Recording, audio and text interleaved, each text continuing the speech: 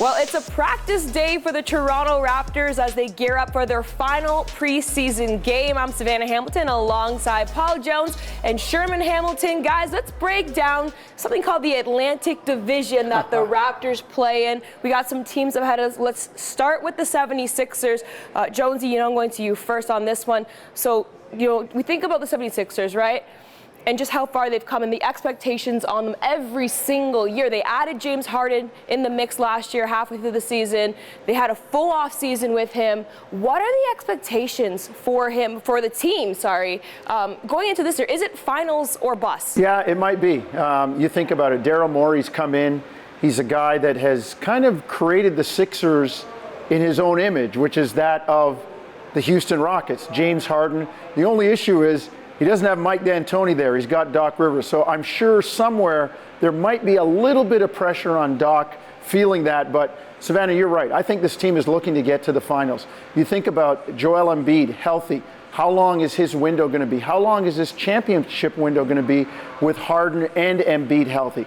They turned over the roster this year. They bring in an energy guy like Montrezl Harrell, bring in another former Houston Rocket in Daniel House. They bring in PJ Tucker that will help them defensively. So they've done some things with their roster. They traded for DeAnthony Melton.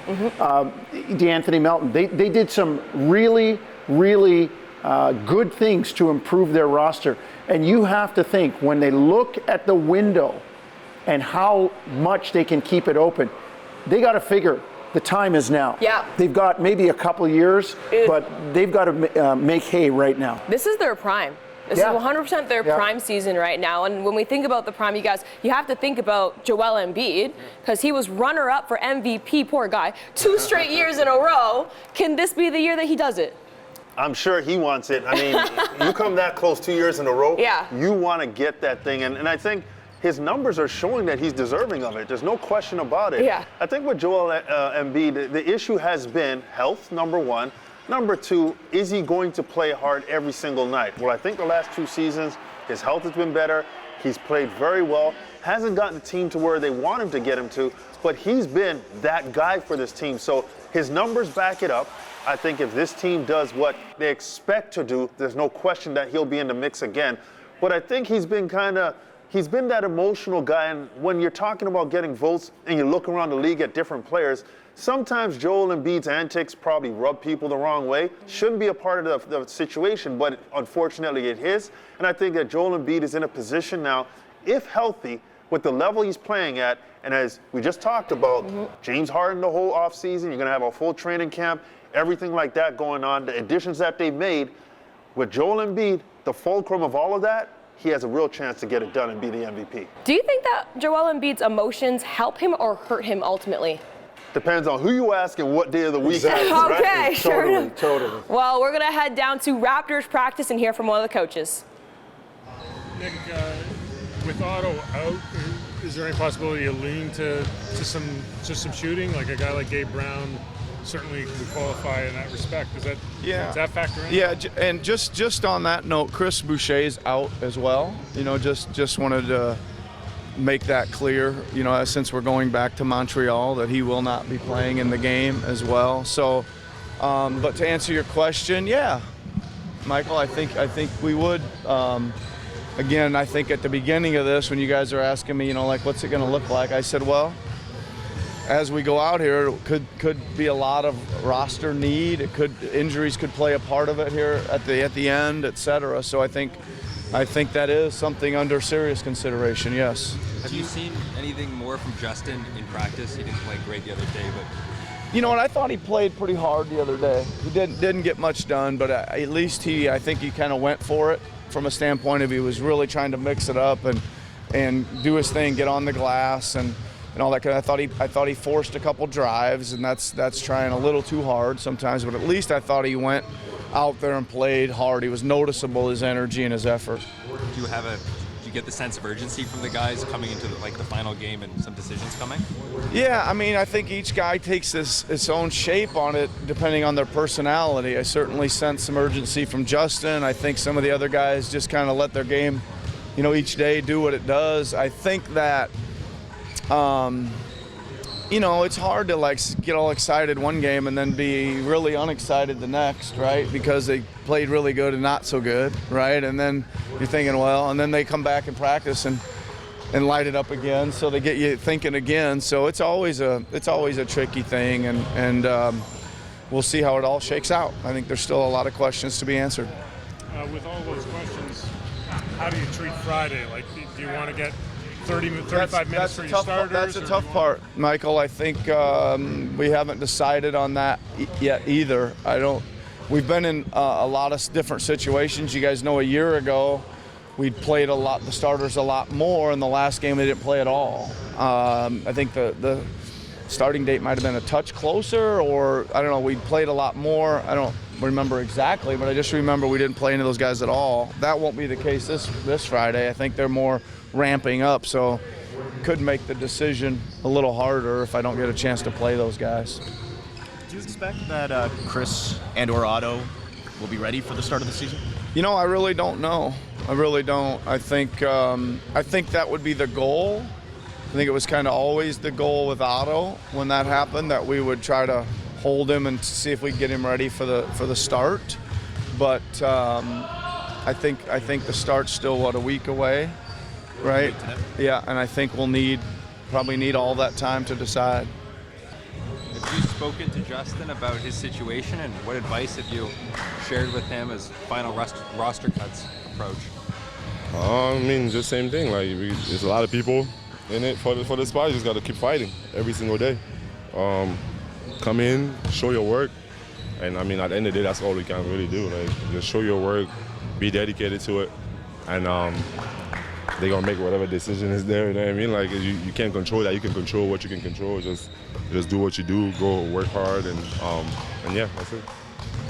Do you like having these long stretches in between games, or can it get a little bit too monotonous with all the practice and everything? It's fine. I do that every day anyway. I'm ready to be in the gym every day. When we don't have games, so it's normal. Do you think you guys need the time? I know Nick was saying a few days ago that there are a couple guys that are kind of getting back into shape. Yeah, I think it's good because again, we can always get better, right? So whatever momentum we can get as a team, and just getting even more to understand each other, and just play off of each other. The more time we get, the better. To just figure out how we want to play and understand each other's strengths and weaknesses, and trying to correct our weaknesses and just do whatever we do best at the highest level. Pascal, do you need a long run on Friday, 30, 35 minutes to kind of feel ready for the following week? Right. Yeah, I think I've been trying to increase minutes, as I go. To be honest, I want to play whatever, you know what I mean? If it depends on me, I'll play right now. So I don't really care about it that much, because I feel obviously the game is different. It's really different, but I just feel I'll be capable to play my normal minutes, But I think we have a lot of guys that trying to make the team. There's a lot of things going on, so I'm not really worried about it. Whatever the team really want me to do, I'm gonna do that. But we communicate about what I try to increase every game a little bit. Do you feel roughly good? Yeah. I feel okay. Yeah. I'll see you for 40 on next Wednesday. 40? We're gonna try to cut down the 40s again. That's what they said. So we'll see. Pascal, the core has stayed relatively the same, but what's been the biggest difference that you've noticed going into this year at the preseason with your team? I think everyone, is getting better. I think everyone's getting better. Everyone is working on their games, and we try to improve as a team. Again, we're trying to play a little better as a team. Moving the ball, next actions, and different things that we can do to be hard to guard. I think as a team. I think especially with our lineup, just people switch a lot. So having ways to keep being effective and run our offense. I think, we got a good team. We added a couple of pieces. We just want to continue to get better. I think that, as the season goes, we're gonna get better, but we're definitely better than last year. How have the past couple days been? They've been all right. Trying to get my rhythm back, trying to get in the flow, and just prove that I belong, really. That's really all. They've been pretty good overall, though, I would say. be out there on the court against Chicago? I was a little rusty, a little bit out of rhythm in that game, but I just felt like, if I come into practice today and tomorrow and just kind of get my rhythm back, and when I get back on the court against Boston, I feel a little bit better out there and just show what I can really do. Is it difficult to find that balance between, you're fighting for a spot, you want to show exactly what you just said, what you can do, but you don't want to go beyond yourself and make it look, Yeah, I would just say, for me, it's just, going out there and making my presence be felt, I know, in all actuality, if I do make the team, when I'm playing with the older guys, it's not going to be get to shoot 20 shots, so just try to, go out there and play my role still, rebound, play defense, hit open shots as they come to me. Just be a little bit more aggressive, I would say. What have these last few months been like for you with a couple of ill-timed injuries, just kind of staying focused and positive? It's tough, man. Especially the position that I'm in, it's tough to go through injuries and know that you still got to come back and fight for that last spot. But I've been through this before in college. I've been hurt before and had to fight back. So I just try to keep my mind focused on what I can do to be better. Control what I can control. You had a really strong year last year, and Nick has been a fan of yours. How much, while you are out and not able to play over the last few months, how much are you relying on that kind of past body of work knowing that you've shown? Yeah, I rely on it a little bit, but I know that, it's league is full of business, it's business, so it's just when I get back on the court, just showing I can still do that is my main goal. So I'm relying a little bit on it, but just trying to get out and practice and get out in this last game and just really put my best foot forward. Have you spoken to Fred? Has he given you advice, being a guy who was in your position years ago? He just told me just keep going, keep fighting, keep doing treatment that's gonna make you feel better when you get on the court. And it's just got to be a dog every time you get out there. There ain't no real excuse I could bring to the table of why I'm not bringing my full effort. So just be a dog and it'll work out. Sometimes you hit shots, sometimes you make them. How do you make sure that you can put your game on blast? I go rebound. Worrying on shot games or anything like that. Say again? How do you make sure, in these games, put your game on without worrying about shot games? I would say just go out there and just make your presence known. Be the loudest one on the court, rebound, talk, cheer on your teammates, all the little stuff. The game is not always about scoring. We got guys that get paid a lot of money to go out there and score. So my job would be to just go out there and rebound, be energy, and be that dog they need me to be. You just heard from the players. Now let's talk about the Boston Celtics. Sherm, I'm going to you first for this one because in the offseason they picked up Brogdon, of course. He was a former Rookie of the Year. He's a point guard. He's a true point guard more so than Marcus Smart, of course. Has been running the point for them, especially in the playoffs. How big was this pickup for the Boston Celtics? Well, I think it was big on a few levels, Savannah. When you're talking about the Boston Celtics, and number one, when a guy's nickname is the president, he's bringing some leadership to the situation. Absolutely. And on the floor, he's always been that guy, that steady player, that understanding of how to play, where the ball needs to be, how to incorporate himself offensively. And I think when you have that kind of leadership on the floor, it's huge. And for Marcus Smart, a guy who has played the point for the Boston Celtics, you get more of a true point guard. And you can play both those guys on the floor at the same time and won't lose a step defensively. So there's a lot of positives putting Malcolm Brogdon on the floor, especially with guys like Tatum and Brown, who he can definitely help get their game off as well.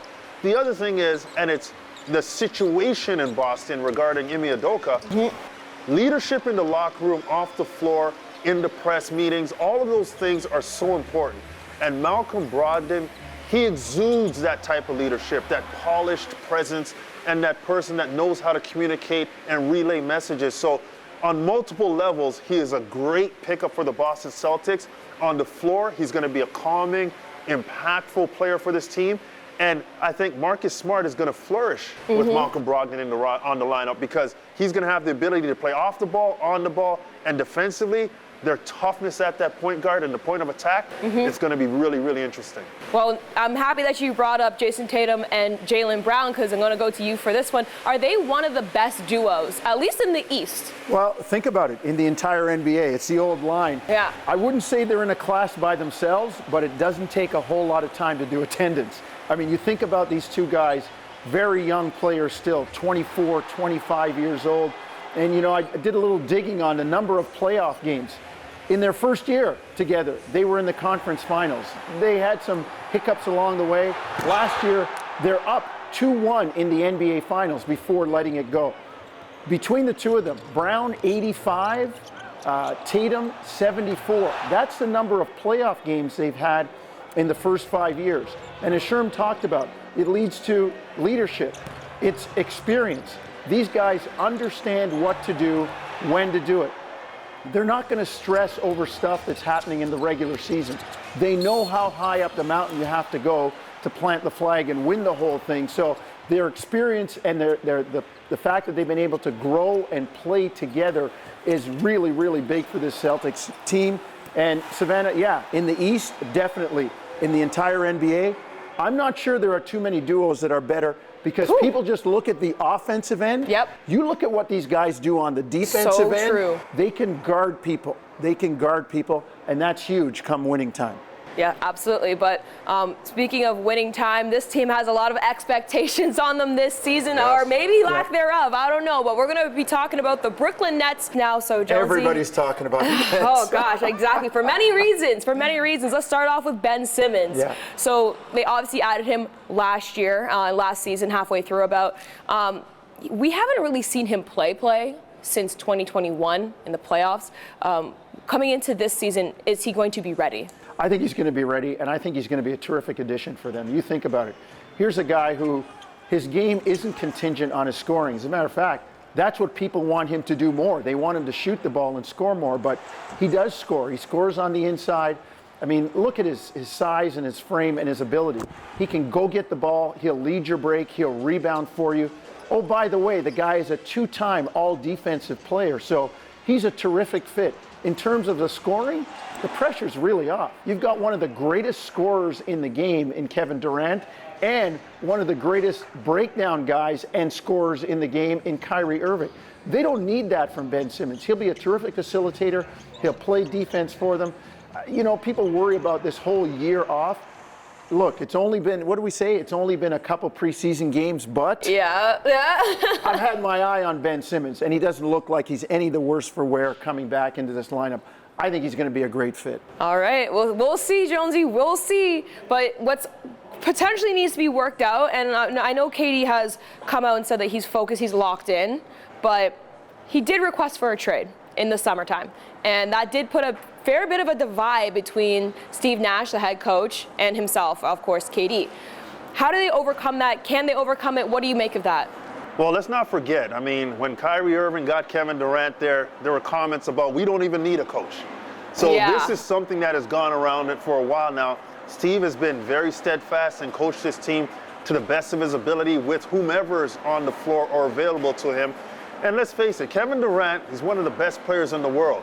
He wants to win. He's going to go out there and he's going to be spectacular. He can't do anything else. He's a premier scorer. He's a guy who gets it done on so many levels. Defensively, he's even better.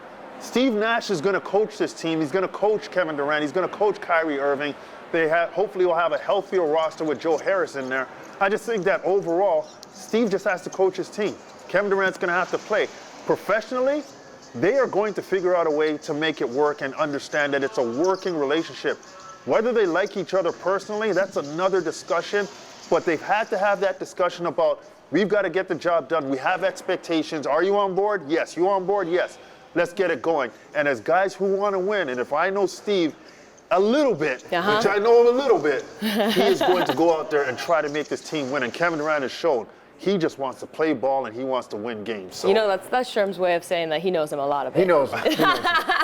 All right, guys, so we've been pretty much around the Atlantic Division. There's one team left in the Atlantic Division that we haven't covered yet, the New York Knicks. Obviously saving the best for last, Sherm. Come on. Come on. We are going to talk about the biggest pickup actually that they had in the off-season, Jalen Brunson from the Dallas Mavericks. He looked great in the postseason for Dallas. How big was that for the Knicks to get him? Well, it's big for Jalen Brunson. He's playing alongside Luka Doncic, and he did a great job for the Dallas Mavericks, especially in the absence of Luka Doncic. And that, to me, is what really opened the eyes around the league of this guy could take the next step. Now, he's going to a very, very tough media market in New York, and this is a young man who's got a lot of expectation on him, and I think he's prepared for that. And I tell you what, when you get paid that kind of money, you're front and center. He was 179th highest paid player last season. Well, that's changed this year. So you're going to be the focal point of a lot of discussions, a lot of conversation about production. So there's a lot of responsibility, but the Knicks are in a phase where they still have to grow. They have some young players, and they're going to have to get better. And I think Jalen Brunson can help them. We're going to find out if he's the answer. We're going to find out if he's the right decision for the Knicks based on the other things that could have happened over the summer. But congratulations to him. He's earned it. He's worked hard. And now he's going to have more pressure on him to deliver in bigger moments where expectation is really going to grow, and his leadership is going to be the cause for success at times. There's another trade that also happened, or they potentially missed out on, I should rephrase that. Donovan Mitchell, he was on the table. Did they miss out on him? Savannah, to me, that's a philosophical question, and it is, because what are you giving up? You listen to the reports in New York. GM says they wanted everything in the deal except my grandkids, and at one point they might have even asked for them, and he was tongue-in-cheek, of course, but you get Donovan Mitchell, you give up all the other important young pieces going forward. Now, who's Mitchell playing with? If they don't show well, who takes the blame?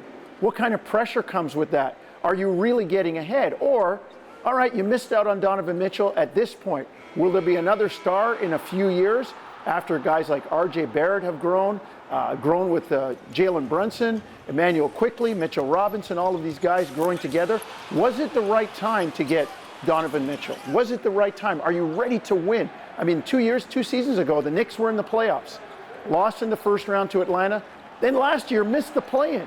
So it's not linear. It's going to be up and down, and they're going through the growth phase.